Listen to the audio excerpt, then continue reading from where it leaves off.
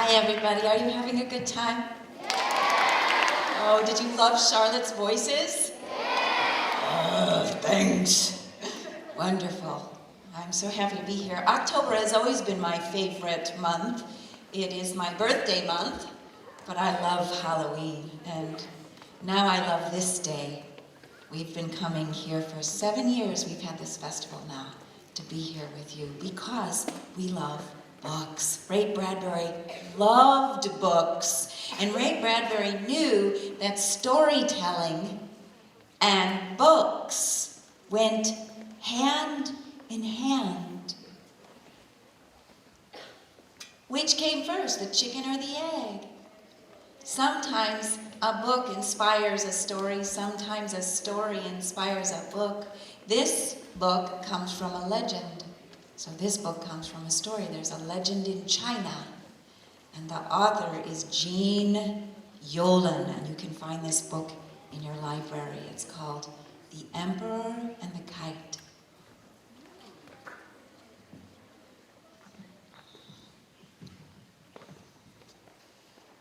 Once in ancient China, the emperor had 8 children. And the smallest of his children was Jiaoxiu.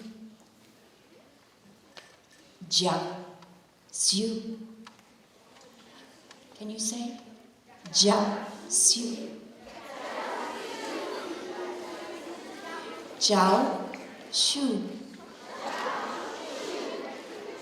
Good.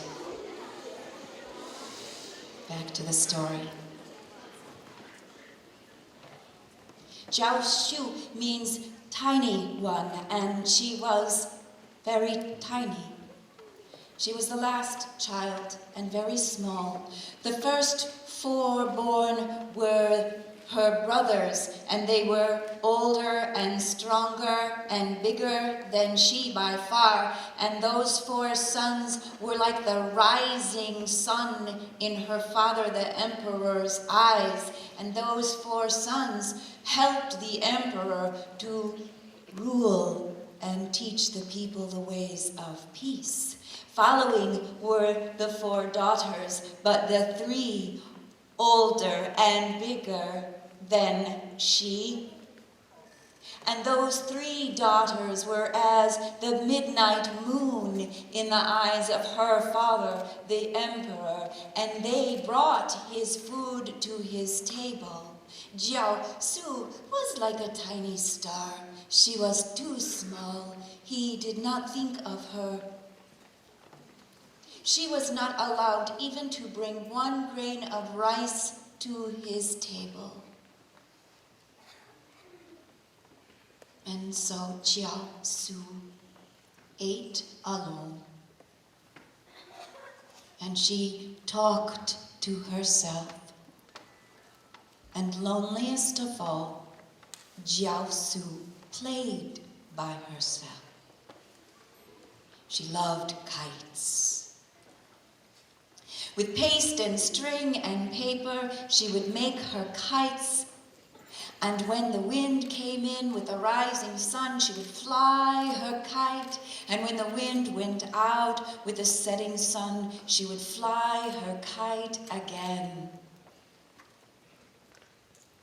And at the rise of the sun and the set of the sun, the monks would walk around the palace, and 1 monk, always at the end of the line, would walk slowly by Jiaoxiu and say, "Your kite flies up and up to the heavens. My soul goes on wings." And Jiaoxiu would bow to the monk and say thank you. And so it was. Wind brings great change and can stir a still pond. And so it was for the palace. 4 plotters, 4 men of evil intent came when the 4 rising sun brothers were in the furthermost edges of the kingdom, and the 3 daughters were distracted in the garden. The 4 plotters came and they stole the emperor, and they did not see Jiaosu. She was so small, hidden there in the corner, and so she watched them and she followed them.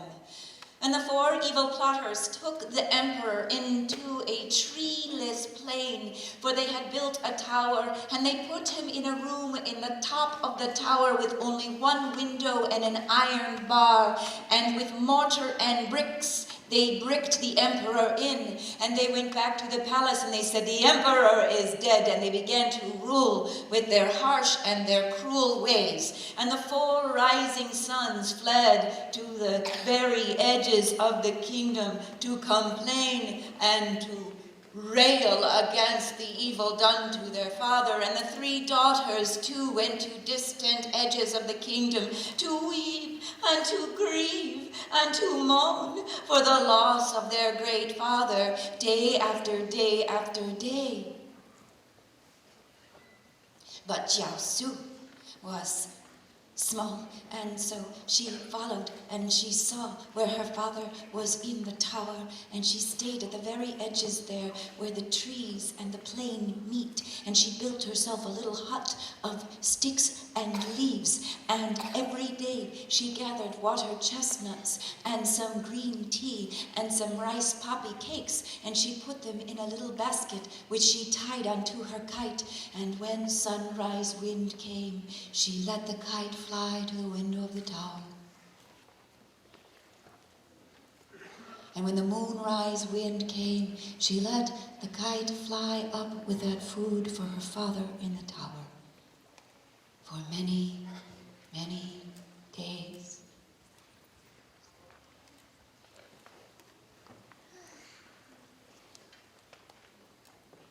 And still, the sons complained and railed, but did nothing.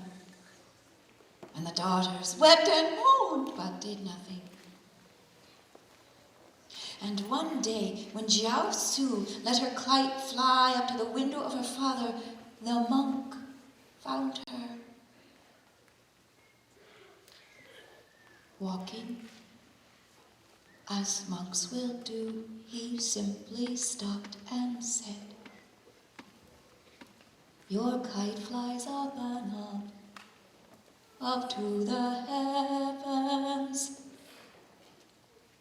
The emperor goes on wings." No, she thought to herself, that is not how the song goes. It goes, "Our soul goes on wings." But she said nothing and said thank you to the monk. No, not soul, not emperor. The emperor goes on wings, thought Jiaosu, and she made herself so busy.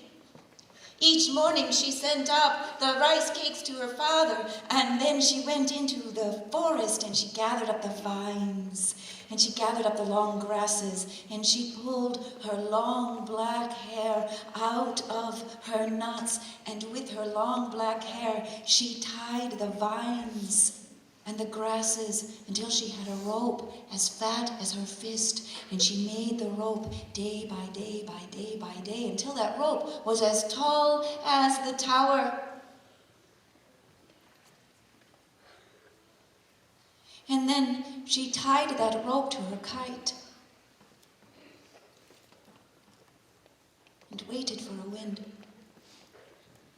And it came, a strong, brave wind, lifting Jiaosu's kite all the way to that window with that heavy, heavy rope there to the emperor's window. And it was not sunrise and it was not moonrise, and so Jiaosu called out to her father, but her voice was too tiny and he did not hear. But the wind's voice was strong and whistled through the window, so that the emperor came to the window and saw the kite with the rope.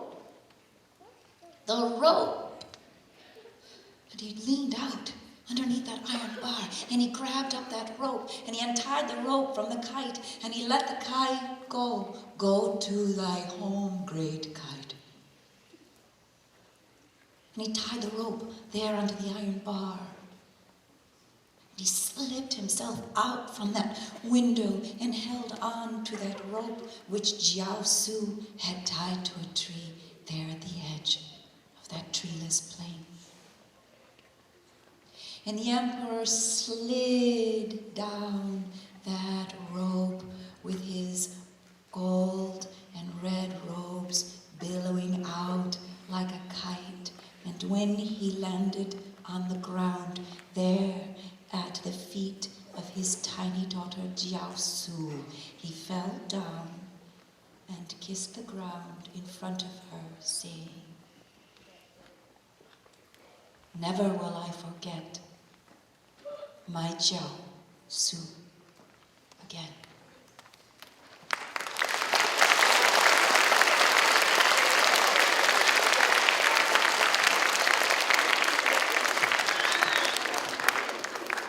From story to book, book to story, and back again. Now, it is my privilege to bring your MC, Jim May, to the microphone here now to tell you a story. I wanted this year, in Ray Bradbury's passing, for Jim May to be the one to tell you the Ray Bradbury story. Some of you know Jim from the Boo Baby Girl books. Do you know the Boo Baby Girl books? Get them in your library. So let us put our hands together for a very, very warm welcome. Storyteller, Emmy Award winner, Jim May.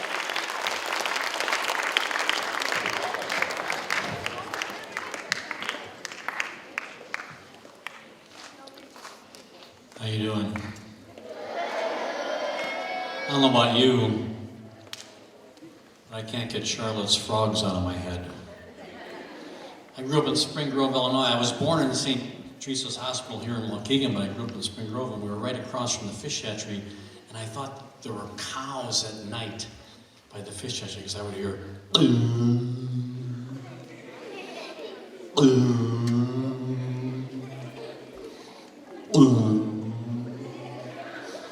And I found out they were bullfrogs, and I found out they called them bullfrogs because they kind of sounded like cows at night.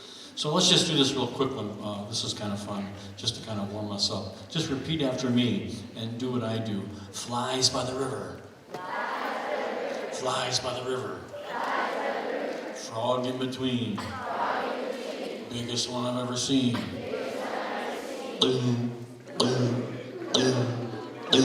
Eats up all the flies. How do frogs eat the flies? With their tongues. Get your tongue going. Rock by the river. Rock by the river. Fish in between. Biggest one I've ever seen. Drinks up the river. Nice. Tree by the river. Tree by the river. Beaver in between. Biggest one I've ever seen. Beaver eats the trees. Here we go. Pizza by the river. Pizza by the river. Me in between. Biggest ones I've ever seen. I'm gonna eat some pizzas. I'm gonna eat some pizzas. I'm gonna eat some pizzas. Well, this theater is clearly haunted.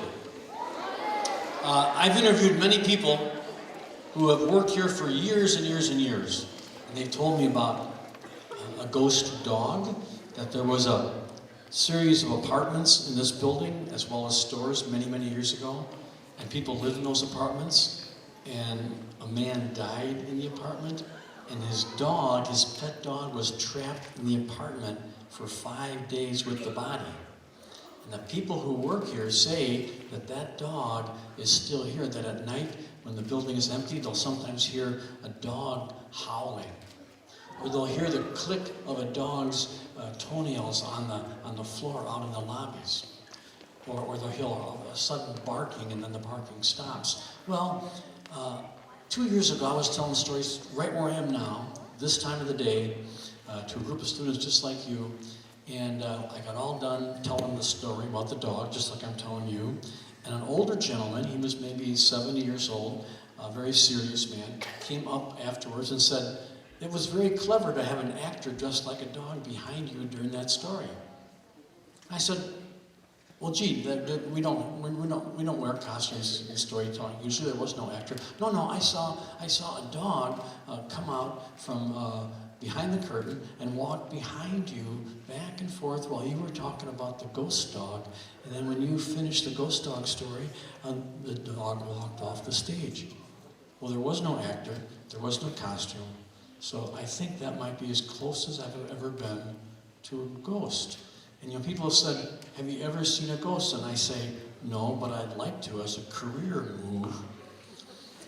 So I haven't seen a ghost, but I think I have worked with one right here at the Genesee Theatre. And there are other ghosts too, little girls that untie your shoes while you're listening to the show. Yeah, you know about that one? So I want to tell you a Ray Bradbury story. Ray loved ghosts.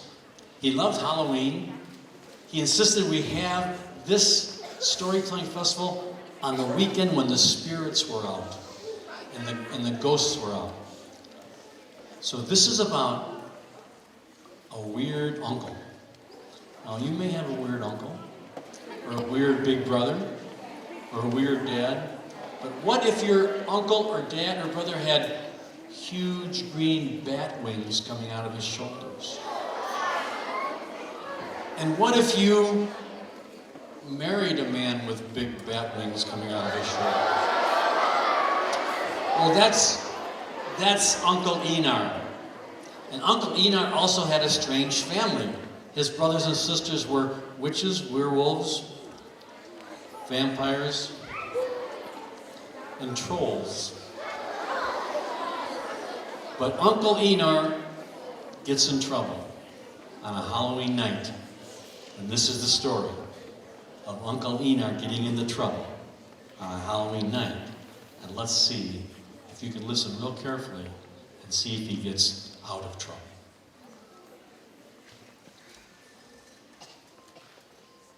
"Oh, come on," said Uncle Einar's sweet wife. "It'll only take a minute to dry the laundry." "I refuse, and that only takes a second." "Oh, but I've worked all morning," she said, and it's drumming for a rain." "Let it rain, I'll not be struck by lightning, just to wash the laundry and get it all dried in the sun." His great green wings jittered and murmured over his back. "But you're so good at it," she said, and she handed him the clothesline to which were attached 48 pieces of freshly laundered clothes. And he took that cord in his hand. He thought, "Oh, so this is it. It's come to this. It's come to this." And he almost wept bitter tears. "Don't cry in the laundry. You'll make them wetter," she said. Now, I wouldn't ask you to do this if it was a nice sunny day. But if it rains, all my work is gone to nothing, and we'll have to hang the laundry in the house. Oh, that did it. There's one thing Uncle Einar hated, was crawling underneath laundry, trying to get his wings underneath laundry, flagged and festooned on furniture all over the house. "All right," he said, and he took that cord with the laundry attached, tied it to his back belt, and with a great thundering of those wings, he was up in the air. His wings loved and chewed upon that cool morning air. Before you could say Uncle Einar had green wings, he was sailing low over his farmland, trailing a loop of laundry through the backwash and concussions of his great wings. "Catch," he said. Back from the trip, he dropped the laundry dry as popcorn onto blankets that she had laid on the ground. "Oh, thank you," his wife said. "Ah," he said. And he went and flew down and sat under an apple tree to brood. Now, he was different from everyone else in his family. His silk-like wings rose behind him like sea green sails, and they whispered and whirred every time he sneezed or turned quickly. He wasn't like his brothers and sisters. They did mean things with witch fingers, and they came down like fiery leaves from the sky, and some of them loped through the forest like silver-tipped wolves in the moonlight. And they stayed in small towns around the world away from people. Not so a man with green wings. Everybody could see Uncle Einar. And yes, sometimes they made fun of him. Sometimes he had to hide for his own safety. But he loved his green wings, and he decided to fly only at night. Night was the best time for flying, with the moonlight on your back, looking down over islands of clouds and seas of sky. It had been an exhilaration. But some years ago, he was coming back, heading to his mountain family in Eastern Europe from a family reunion in Melontown, Illinois. He had drank too much crimson wine, and he said to himself vaguely, "I'll be all right."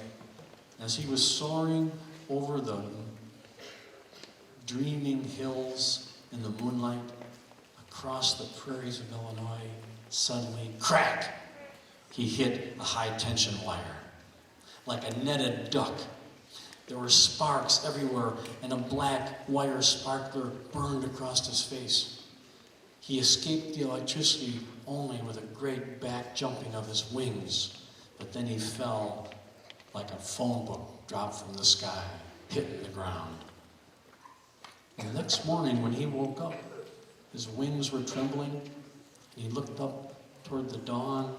There was a bandage across the horizon, and soon that bandage would become tinted, and the sun would follow, and he would have to hide. There was nothing to do but hide in that woods all day and wait for the cover of night so he could fly again and not be seen. And that's how he met his wife. Sweet Brunilla, the farm girl, was out on a November 1st. It was warm for November in Illinois country on that day. And she had a milk bucket, and she was looking for a cow that had not come home from milking.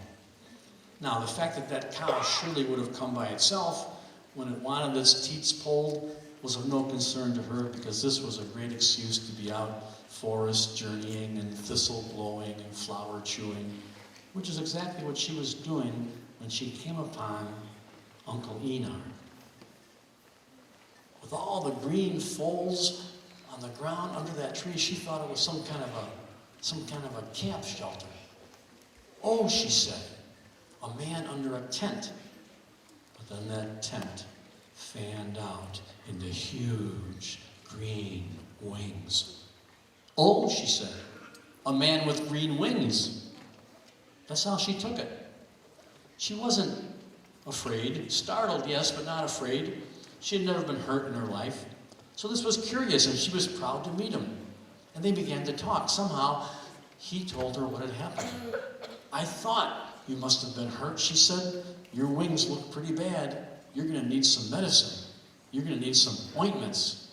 And that mark across your face, a terrible burn it is, you'll have to come home with me." "No," he said, I don't think that's possible." "Listen," she said, "I'm all alone. As you can see, I'm very ugly.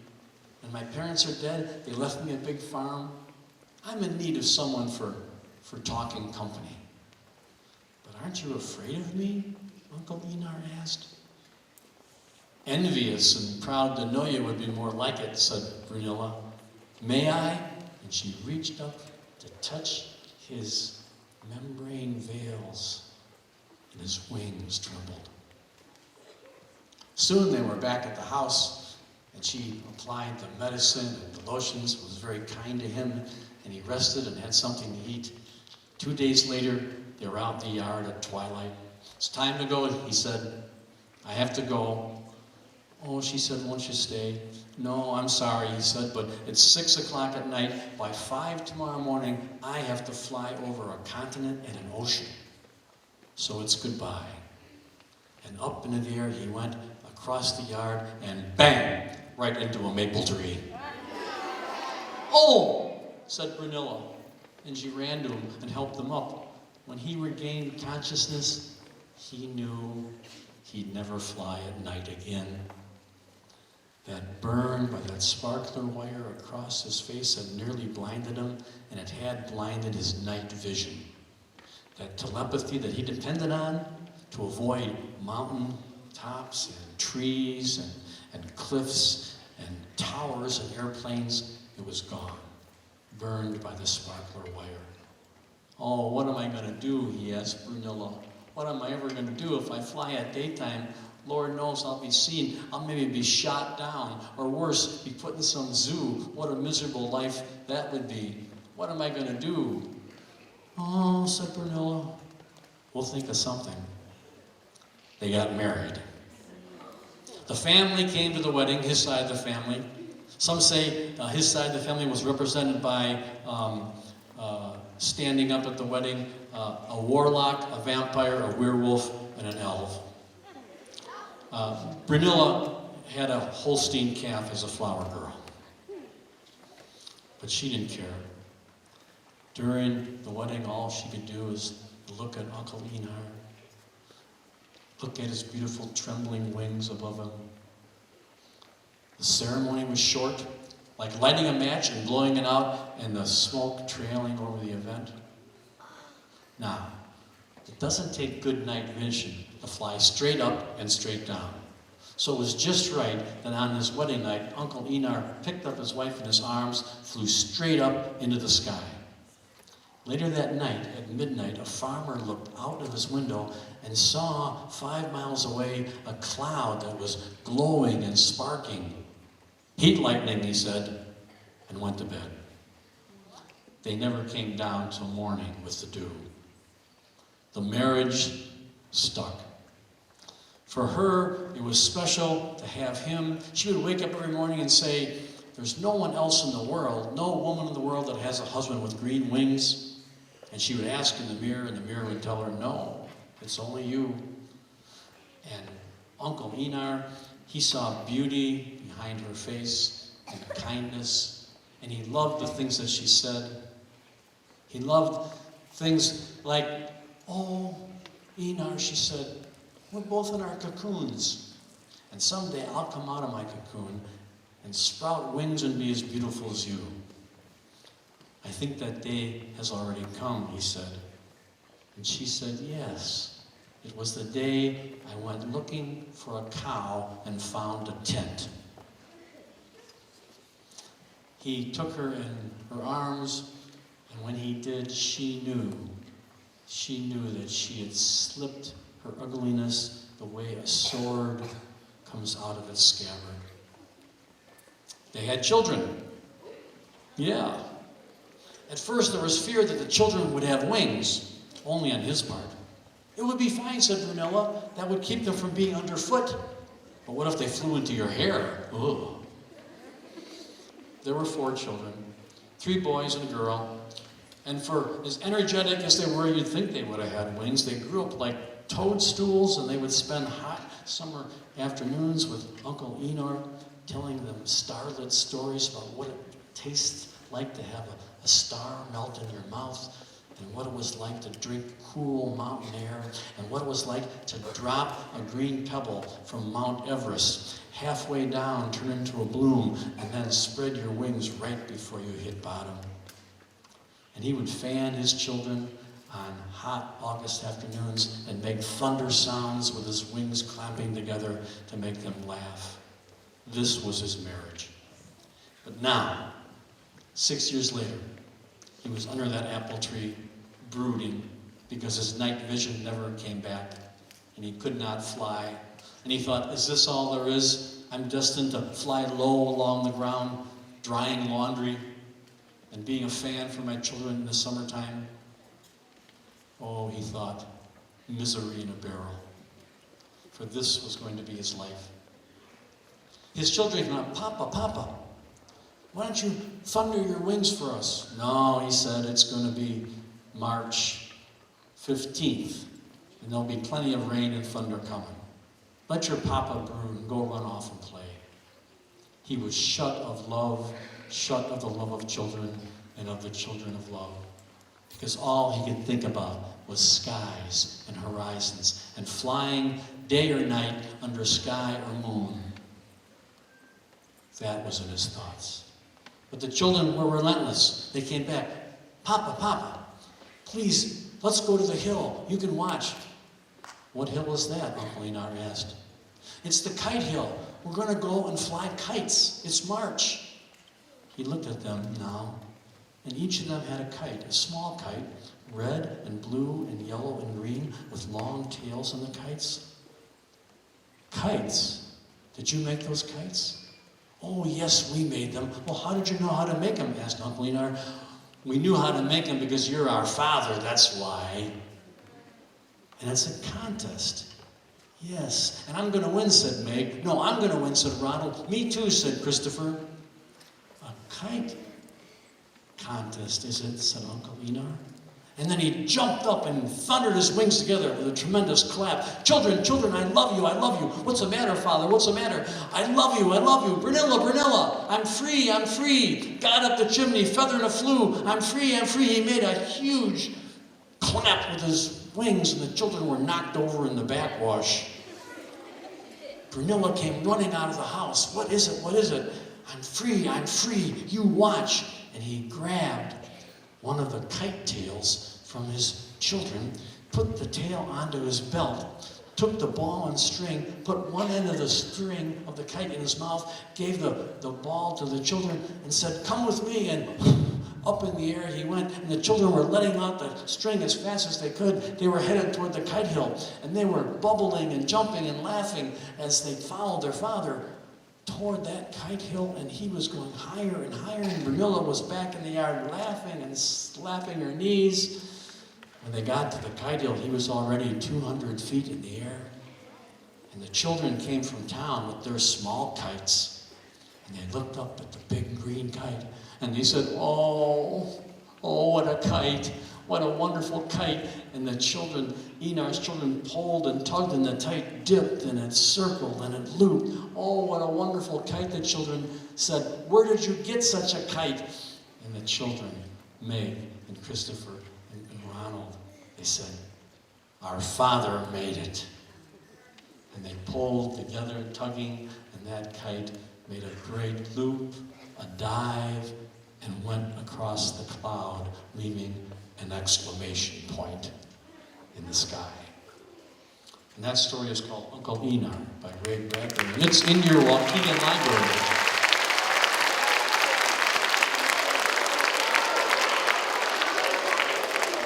Oh, maybe the dog is coming in with the mist. The spirits have come. Thank you so much for coming. Tonight there'll be more stories. And please, let's welcome our storytellers back out. Please join us tonight for the rest of the festival. And let's welcome Megan Wells, Bill Oberst, Charlotte Blake-Alston. Thank you. You've been a wonderful audience. Have a great day. And Jim May.